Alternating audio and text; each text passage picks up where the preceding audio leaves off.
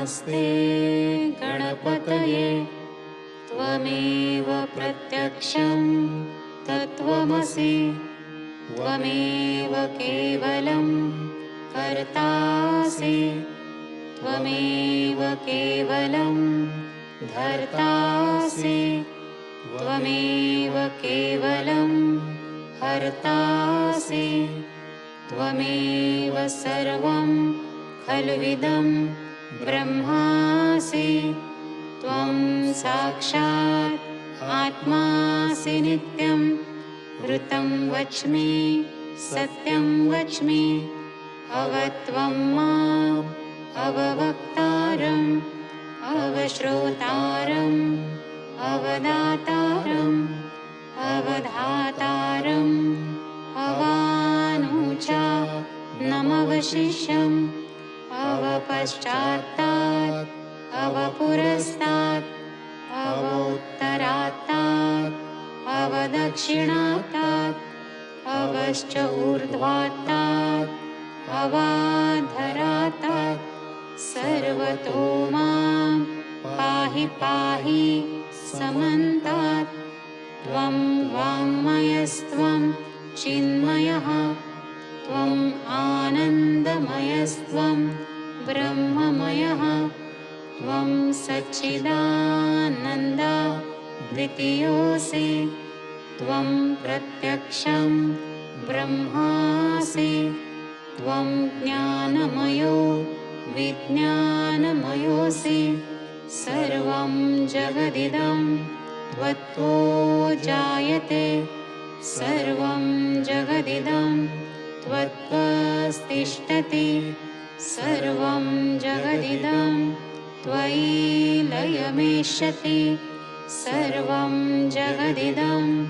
त्वयि प्रत्ययति त्वं भूमिरापो नलो अनिलो नभः त्वं चत्वारि वाक्पदानि त्वं गुणत्रयातीतः त्वं देहत्रयातीतः त्वं कालत्रयातीतः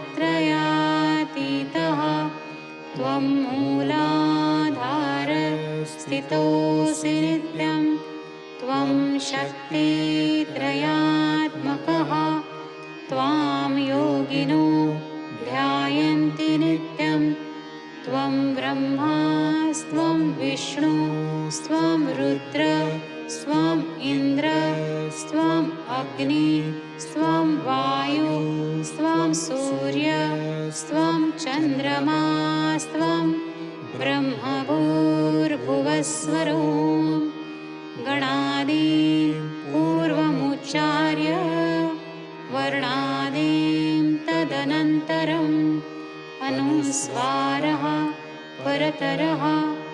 अर्धेन्दुलसितं तारेण रुद्धम्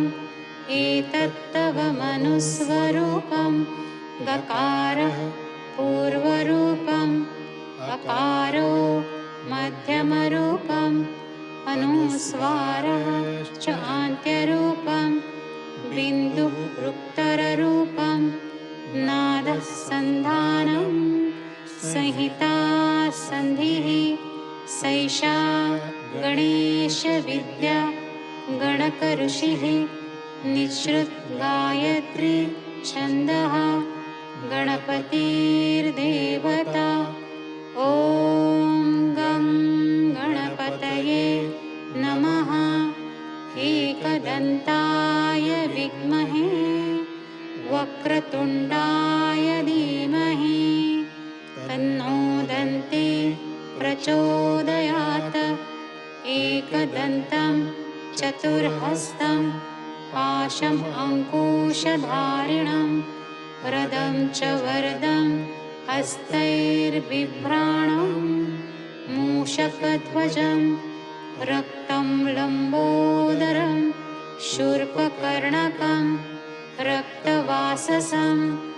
रक्तगन्धानुलिप्ताङ्गं रक्तपुष्पैः सुपूजितं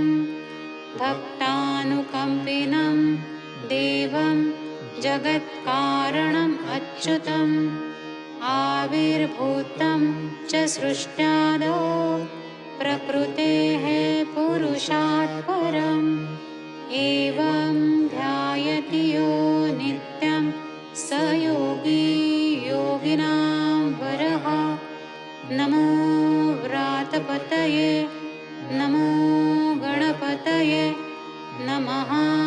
प्रमथपतये नमस्ते अस्तु लम्बोदराय एकदन्ताय विघ्ननाशिने शिवसुताय श्रीवरदमूर्तये नमो नमः। साक्षात् श्री आदिशक्ति माताजी श्री निर्मला